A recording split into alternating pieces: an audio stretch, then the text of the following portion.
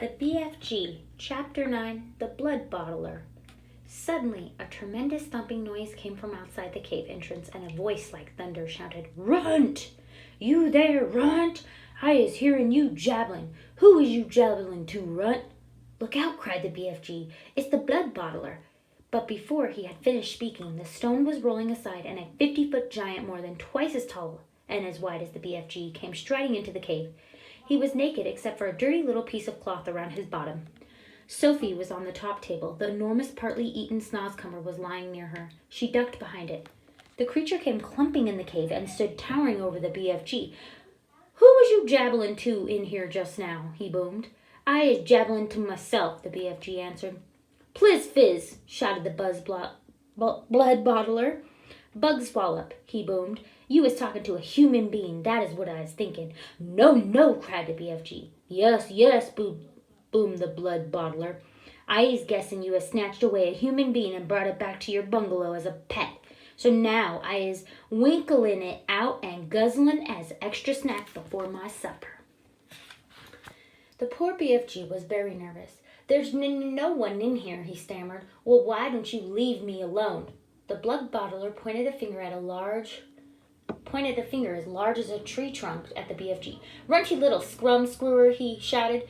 "Piffling little swizzingler, squippy little buttlewort, prunty little pogswaddle. I is now going to search the premises." He grabbed the BFG by the arm. "And you is going to help me do it. Us together is going to wrinkle out this tasteful little human being," he shouted. The BFG had intended to whisk Sophie off the table as soon as he got a chance and hid her behind his back, but now there was no hope of doing this. Sophie peered around the chewed-off end of the enormous snozcumber, watching the two giants as they moved away down the cave. The blood bottler was a gruesome sight. His skin was reddish-brown. There was black hair sprouting on his chest and arms and on his stomach. The hair on his head was long and dark and tangled. His foul face was round and squashy-looking. The eyes were tiny black holes. The nose was small and flat, but the mouth was huge. It spread right across the face, almost ear to ear, and it had lips that were like two gigantic purple frankfurters lying on the top of each other. Craggy yellow teeth stuck out between the two purple frankfurter lips, and rivers of spit ran down over his chin. It was not in the least difficult to believe that this ghastly brute ate men, women, and children every night. The blood bottler, still holding the BFG by the arm, was examining the rows and rows of bottles. "You and your pibbling bottles," he shouted. "What is you putting in them?" "Nothing that would interest you," the BFG answered. "You is only interested in guzzling human beings. And you is dotty as a dog's water," cried the blood bottler. Soon, the blood bottler would be coming back, Sophie told herself, and he was bound to search the tabletop. But she couldn't possibly jump off the table. It was 12 feet high. She'd break a leg. The snozcumber, although it was thick as a perambulator, was not going to hide her in the blood bottler if the blood bottler picked it up. She examined the chewed-off end. It had a large seed in the middle, each one as big as a melon. They were embedded in soft, slimy stuff. Taking care to stay out of sight, Sophie reached forward and scooped away half of a dozen of these seeds, and this left a hole in the middle of the snozcumber, large enough for her to crouch in, so long as she rolled herself up into a ball. She crawled into it. It was wet and slimy. But what did that matter if it was not going to save her from being eaten? The blood bottler and the BFG were coming back toward the table now. The BFG was nearly fainting with fear. Any moment he was telling himself Sophie would be discovered and eaten. Suddenly, the blood bottler grabbed the half-eaten snozcumber. The BFG stared at the bare table. "Sophie, where is you?" he thought desperately. "You cannot possibly be jumping off that high table, so where is you hiding, Sophie?" "So this is the filthum rotsum glubbage you eatin'," boomed the blood bottler, holding up a partly eaten snozcumber. "You must be cockles to be guzzling such rub squash." For a moment, the blood bottler seemed to have forgotten about his search for Sophie. The BFG decided to lead him further off track. "That is a scruzgalumptious snozcumber," he said. "I is guzzing it gleefully every night and day. Is you ever trying a snozcumber, blood bottler?" "Human beans is juicier," the blood bottler said. "You is talking Rami yacht," the BFG said, growing braver by the second. He was thinking that if he only could get the blood bottler to take one bite of this repulsive vegetable, the sheer foulness of its flavor would send him bellowing out of the cave. I was happy to let you sample it, the BFG went on, but please, when you see how truly glumptious it is, do not go guzzling the whole thing. Leave me a little snitchit for my supper. The blood bottler stared suspiciously with small piggy eyes at the SNACSTV. Sophie, crouching inside the chewed-off end, began to tremble all over. You is not switch-fiddling me, is you, said the blood bottler. Never, cried the BFG passionately. Take a bite, and I am positive you will be shouting, oh, how scrumptious this wonderwerk is. The BFG could see the greedy blood bottler's mouth beginning to water more than ever, and the prospect of extra food. Vegetables is very good for you, he went on. It is not healthsome always to be eating meaty things. Just this once, the blood bottler said, I is going to taste this rotsome eats of yours, but I is warning you that if it feels some, I is smashing it over your sluggity-wuggity head. He picked up the SNACSTV.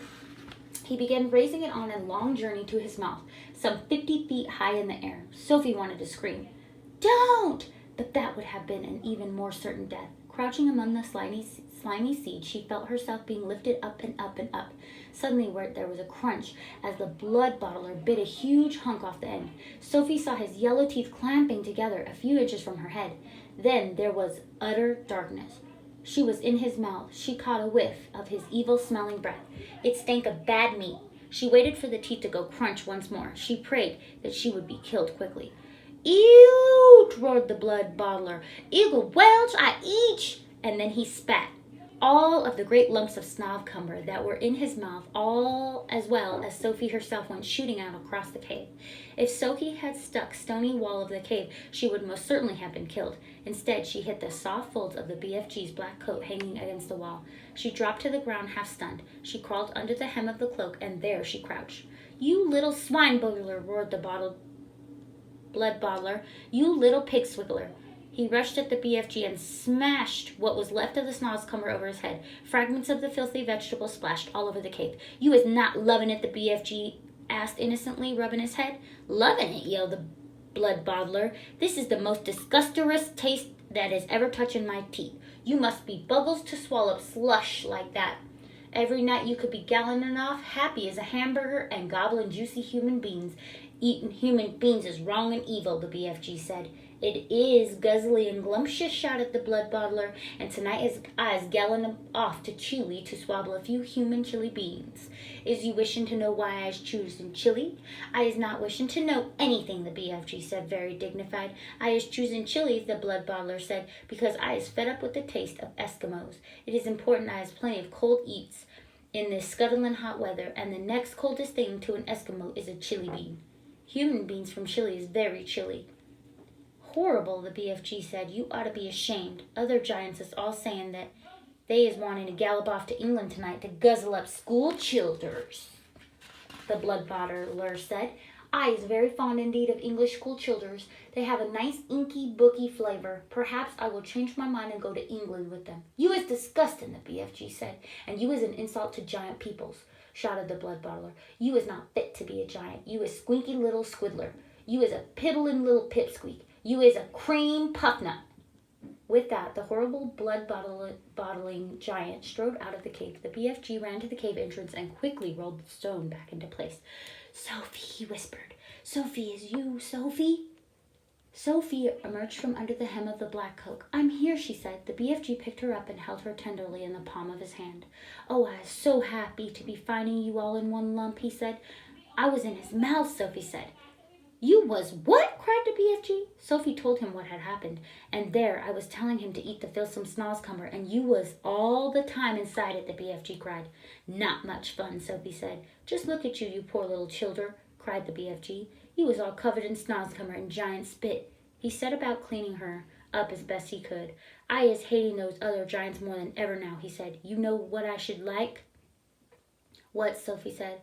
I should like to find a way to disappear in them, every single one. I'd be glad to help you, Sophie said. Let me see if I can't think of a way of doing it.